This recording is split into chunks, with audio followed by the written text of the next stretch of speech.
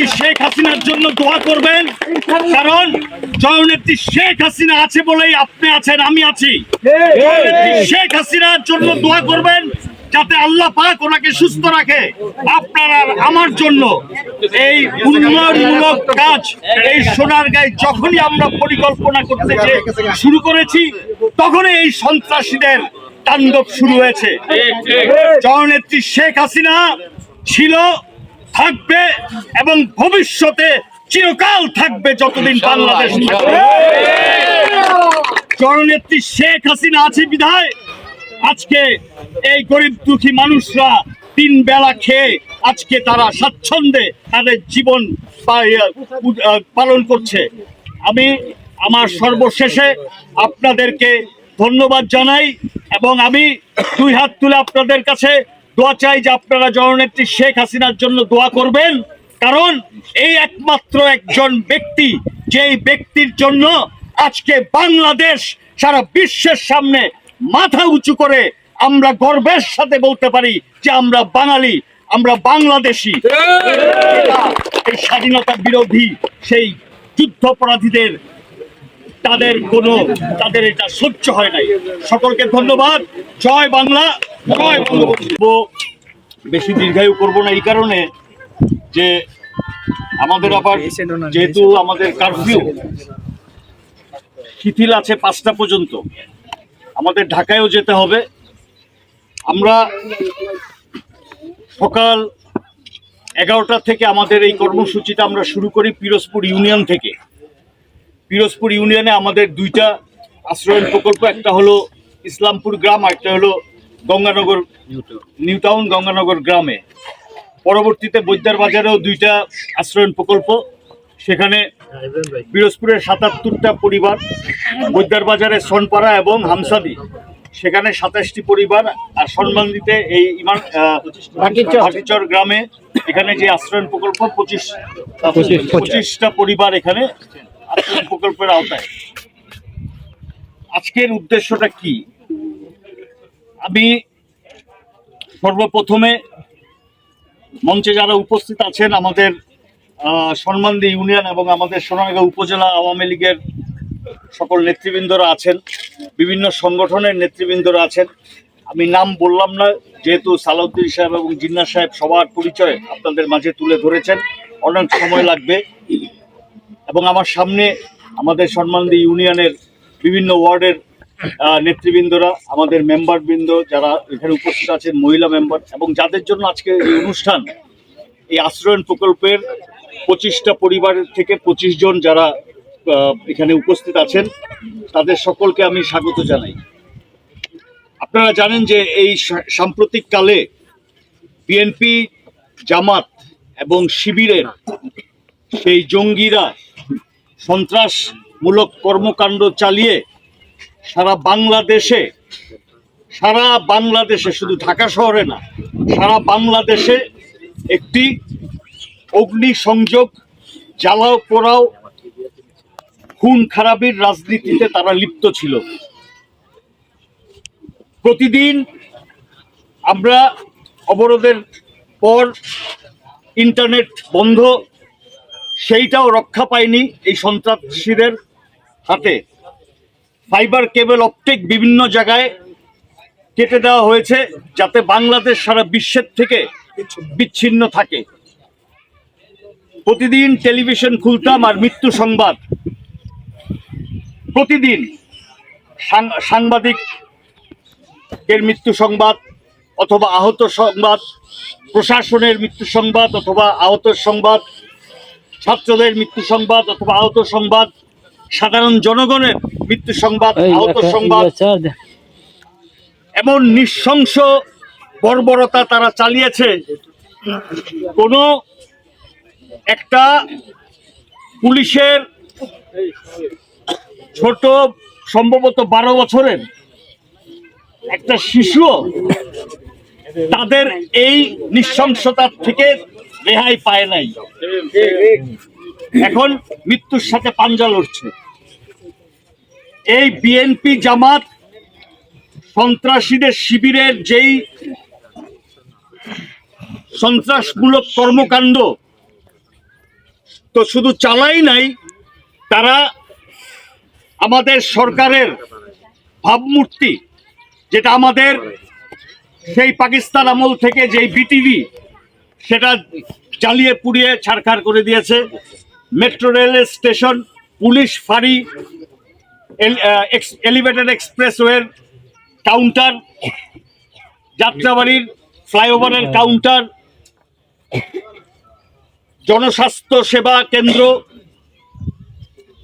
তারপর মহাখালীতে data centre থেকে শুরু করে এই নারায়ণগঞ্জে পিআইবি পিবিআই এর কার্যালয়, বিজিবি ক্যাম্প, পাসপোর্ট অফিস, সাধারণ জনগণের গাড়ি জ্বালাও পোড়াও, কোনো কিছু তারা থেকে এই সন্ত্রাসদের হাত থেকে রেহাই পায় নাই। একটা নির্বিশ্বাস একটা অবস্থায় সারা বাংলাদেশের মানুষ এই কয়েকটা দিন পার করছে। আজকে তারা চেয়েছিল যে বাংলাদেশকে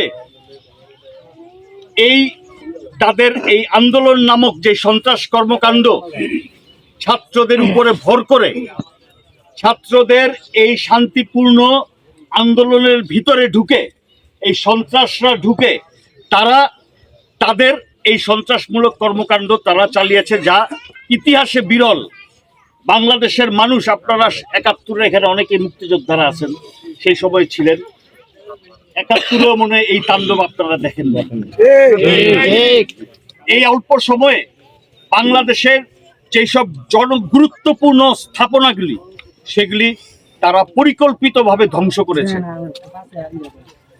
তারা এই দেশ ও জনগণের বন্ধু তারা হতে পারে না, তারা হলো এই দেশ ও জাতির শত্রু। তারা চেয়েছিল সরকারকে উৎখাত করে তারা এই চেয়ারে বসে তারা জনগণের সম্পদ লুটপাট করে যেই সব স্থাপনা দিয়ে বাংলাদেশ আজকে মাথা উঁচু করে বিশ্বের সামনে আমরা দাঁড়াই এবং আমরা গর্বের সাথে বলতে পারি সারা বিশ্বে উন্নত মান এই মেট্রো রেল, এই পদ্মা সেতু, এই নানান উন্নয়নমূলক কর্মকাণ্ডের মধ্যে ধ্বংস চালিয়ে তারা এমনকি সেতু ভবনের সমস্ত নথিপত্র তারা ধ্বংস করে তারা পুরো ছারখার করে ফেলেছে। আজকে ইন্টারনেট নাই, তারা এখানেও তারা রেহাই দেয় নাই, সমস্ত কিছু বিচ্ছিন্ন করে দিয়েছে। জেলখানার, নরসিংদী জেলখানার উপরে হামলা চালিয়ে ৮০০ কতজন কয়েদি পালিয়েছে, এর মধ্যে অনেকেই আত্মসমর্পণ করেছে, যাদের মধ্যে জঙ্গিরাও ছিল। অস্ত্র লুটপাট, কোনো কিছু, কোনো জায়গা তারা ছাড়ে নাই। মাননীয় প্রধানমন্ত্রীর শক্ত হস্তক্ষেপে, প্রশাসনের শক্ত হস্তক্ষেপে আমরা আজকে একটা স্বস্তির একটা নিঃশ্বাস আমরা ফেলতে পারছি। মাননীয় প্রধানমন্ত্রী সেনাবাহিনী নামিয়েছে আপনার আমাদের সাধারণ জনগণের জানমাল নিরাপত্তার জন্য। আজকে থেকে অফিস খোলা হয়েছে, ধীরে ধীরে এটা শিথিল হয়ে যাবে। কালকে থেকে ইন্টারনেট ব্রডব্যান্ড স্বল্প আকারে চালু হয়েছে, ধীরে ধীরে সেটাও আরো মেরামত করে ব্যাপকভাবে চালু হবে। আমি বলতে চাই যে তারা কারা, তারা কিন্তু আপনার আমাদের এই পরিচিত কেউ না কেউ, তারা কিন্তু অপরিচিত কোনো ব্যক্তি না। হুপ্তি মারা এই সন্ত্রাসরা আপনার সাথে না হলে আপনার সাথে না হলে আমার সাথে সুবিধা নেওয়ার জন্য সব সময় দেখবেন তারা ডানে বামে কিন্তু থাকে। এরই মধ্যে সরকার উৎখাত করে ফেলেছে মনে করে অনেক জায়গায় তারা কিন্তু উল্লাস করেছে। তাদেরকে চিহ্নিত করতে হবে, তাদেরকে চিহ্নিত করতে হবে। মনে রাখতে হবে, জননেত্রী শেখ হাসিনা যদি না থাকে, আপনার মতো আপনাদের মতো সাধারণ মানুষ, আমাদের মতো সাধারণ মানুষ কিন্তু এই বাংলার মাটিতে আমরা থাকতে পারবো না। আমাদেরও সেই মৃত্যুর স্বাদ, অকাল মৃত্যুর স্বাদ গ্রহণ করতে হবে যদি তারা ক্ষমতায় বসে।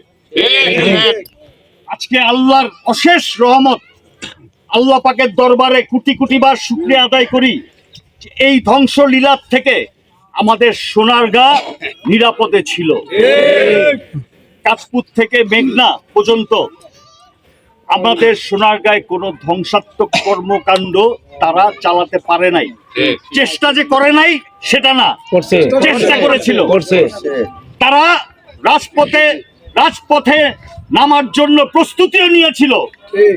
কিছু কিছু বিক্ষিপ্ত ভাবে তারা রাজপথে নেমেছিল। আমাদের ছাত্রলীগ, যুবলীগই তাদেরকে সেই রাজপথ থেকে সরিয়ে দিতে সক্ষম হয়েছে প্রশাসনের সাথে। প্রশাসন অগ্রণী ভূমিকা রেখেছে, প্রশাসনকে সহায়তা করেছে আমাদের ছাত্রলীগ, আমাদের যুবলীগের নেতাকর্মীরা।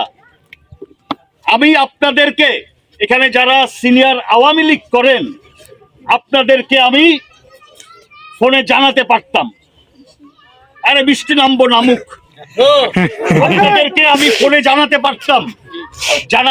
আমি জানাই নাই, কারণ এই সন্ত্রাসদের ছাত্রলীগ আর যুবলীগই যথেষ্ট ছিল। আজকে আশ্রয়ণ প্রকল্প মাননীয় প্রধানমন্ত্রী, আমি তাদের উদ্দেশ্যে বলি, যাদের কোনো সময় মাথায় ছাদ ছিল না, থাকার জায়গা ছিল না, মাননীয় প্রধানমন্ত্রী এই উপহার দিয়েছেন, তাদেরকে একটা ঠিকানা করে দিয়েছেন। মাননীয় প্রধানমন্ত্রীর এটা খুব আবেগের একটি প্রকল্প।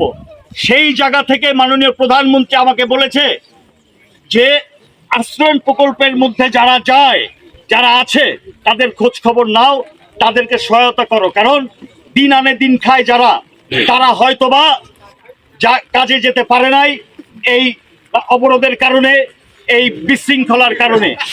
আজকে আপনাদের মাঝে আমরা কিছু খাদ্য সামগ্রী দিতে এসেছি, এবং যদি আপনাদের ভবিষ্যতে কোনো সমস্যা হয় তাহলে এখানে মেম্বার আছে, চেয়ারম্যান আছে, ইউনিয়ন আওয়ামী লীগ আছে, তাদের সাথে যোগাযোগ করবেন। আপনাদের মাঝে আমি সবসময় আসবো।